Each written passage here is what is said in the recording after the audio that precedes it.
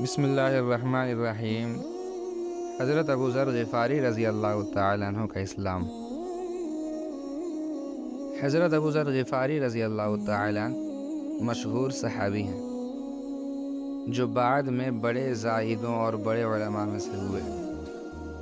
حضرت علی کرم اللہ وجہہ کا ارشاد ہے کہ ابو ذر ایسے علم کو حاصل کیے ہوئے ہیں جس سے لوگ عاجز ہیں، مگر انہوں نے اس کو محفوظ کر رکھا ہے۔ جب ان کو حضور اقدس صلی اللہ علیہ وسلم کی نبوت کی پہلے پہل خبر پہنچی تو انہوں نے اپنے بھائی کو حالات کی تحقیق کے واسطے مکہ بھیجا، اس لیے کہ جو شخص یہ دعویٰ کرتا ہے کہ میرے پاس وحی آتی ہے اور آسمان کی خبریں آتی ہیں، اس کے حالات معلوم کریں اور اس کے کلام کو غور سے سنیں۔ وہ مکہ مکرمہ آئے اور حالات معلوم کرنے کے بعد اپنے بھائی سے جا کر کہا کہ میں نے ان کو اچھی عادتوں اور عمدہ اخلاق کا حکم کرتے دیکھا اور ایک ایسا کلام سنا جو نہ شعر ہے نہ کاہنوں کا کلام ہے۔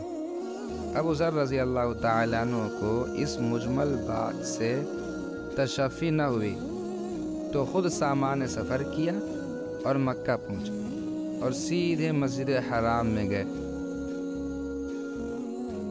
حضور صلی اللہ علیہ وسلم کو پہچانتے نہیں تھے اور کسی سے پوچھنا مصلحت کے خلاف سمجھا۔ شام تک اسی حال میں رہے۔ شام کو حضرت علی کرم اللہ وجہہ نے دیکھا کہ ایک پردیسی مسافر ہے۔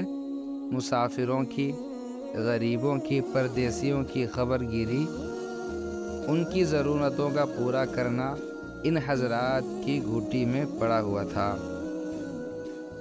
اس لیے ان کو اپنے گھر لے میزبانی فرمائی، لیکن اس کے پوچھنے کی ضرورت نہ سمجھی کہ کون ہو، کیوں آئے۔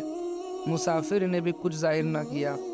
صبح کو پھر مسجد میں آ گئے اور دن بھر اسی حال میں گزرا کہ خود پتہ نہ چلا اور دریافت کیے کسی سے کیا نہیں۔ غالباً اس کی وجہ یہ ہوگی کہ حضور صلی اللہ علیہ وسلم کے ساتھ دشمنی کے قصے بہت مشہور تھے۔ آپ صلی اللہ علیہ وسلم کو اور آپ کے ملنے والوں کو ہر طرح کی تکلیفیں دی جاتی تھیں۔ ان کو خیال ہوا کہ صحیح حال معلوم نہیں ہوگا اور بدگمانی کی وجہ سے مفت کی تکلیف علیحدہ رہی۔ دوسرے دن شام کو بھی حضرت علی رضی اللہ تعالیٰ عنہ کو خیال ہوا کہ پردیسی مسافر ہے، بظاہر جس غرض کے لیے آیا ہے وہ پوری نہیں ہوئی، اس لیے پھر اپنے گھر لے آئے اور رات کو کھلایا سلایا، مگر پوچھنے کی اس رات کو بھی نوبت نہ آئی۔ تیسری رات کو پھر یہی صورت ہوئی تو حضرت علی رضی اللہ تعالی عنہ نے دریافت کیا، تم کس کام سے آئے ہو، کیا غرض ہے؟ تو حضرت ابو ذر رضی اللہ تعالی عنہ نے اول ان کو قسم اور عہد و پیمان دیے اس بات کے کہ وہ صحیح بتائیں، اس کے بعد اپنی غرض بتلائی۔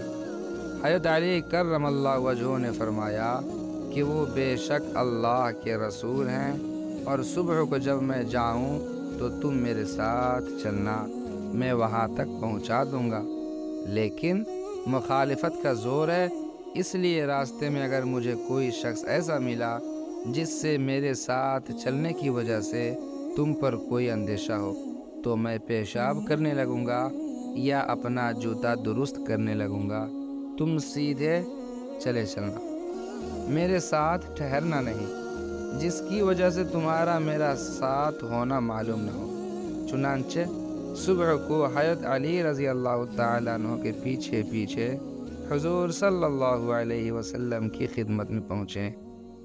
وہاں جا کر بات چیت ہوئی۔ اسی وقت حضور اقدس صلی اللہ علیہ وسلم نے ان کی تکلیف کے خیال سے فرمایا کہ اپنے اسلام کو ابھی ظاہر نہ کرنا، چپکے سے اپنی قوم میں چلے جاؤ جب ہمارا غلبہ ہو جائے اس وقت چلے آنا۔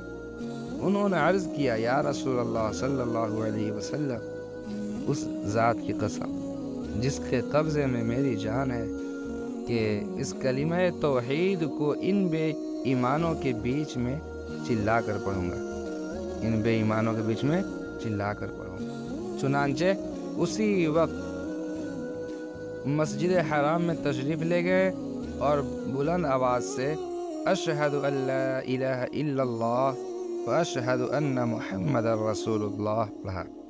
پھر کیا تھا، چاروں طرف سے لوگ اٹھے اور اس قدر مارا کہ زخمی کر دیا، مرنے کے قریب ہو گئے۔ حضور صلی اللہ علیہ وسلم کے چچا حضرت عباس رضی اللہ تعالیٰ عنہ، جو اس وقت تک مسلمان بھی نہیں ہوئے تھے،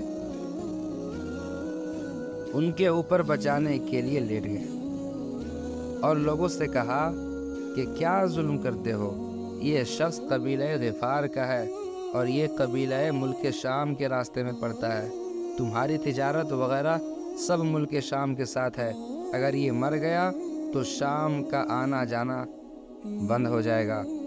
اس پر ان لوگوں کو بھی خیال ہوا کہ ملک شام سے ساری ضرورتیں پوری ہوتی ہیں، وہاں کا راستہ بند ہو جانا مصیبت ہے، اس لیے ان کو چھوڑ دیا۔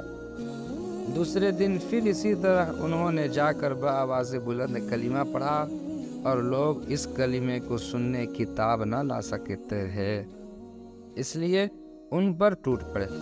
دوسرے دن بھی حضرت عباس رضی اللہ تعالیٰ عنہ نے اسی طرح ان کو سمجھا کر ہٹایا کہ تمہاری تجارت کا راستہ بند ہو جائے گا۔ حضور صلی اللہ علیہ وسلم کے اس ارشاد کے باوجود کہ اپنے اسلام کو چھپاؤ، ان کا یہ فعل حق کے اظہار کا ولولہ اور غلبہ تھا کہ جب یہ دین حق ہے تو کسی کے باپ کا کیا اجارہ ہے جس سے ڈر کر چھپایا جائے، اور حضور صلی اللہ علیہ وسلم کا منع فرمانا شفقت کی وجہ سے تھا کہ ممکن ہے تکالیف کا تحمل نہ ہو، ورنہ حضور صلی اللہ علیہ وسلم کے حکم کے خلاف صحابہ رضی اللہ تعالیٰ عنہ مجمعین کی یہ مجال ہی نہ تھی۔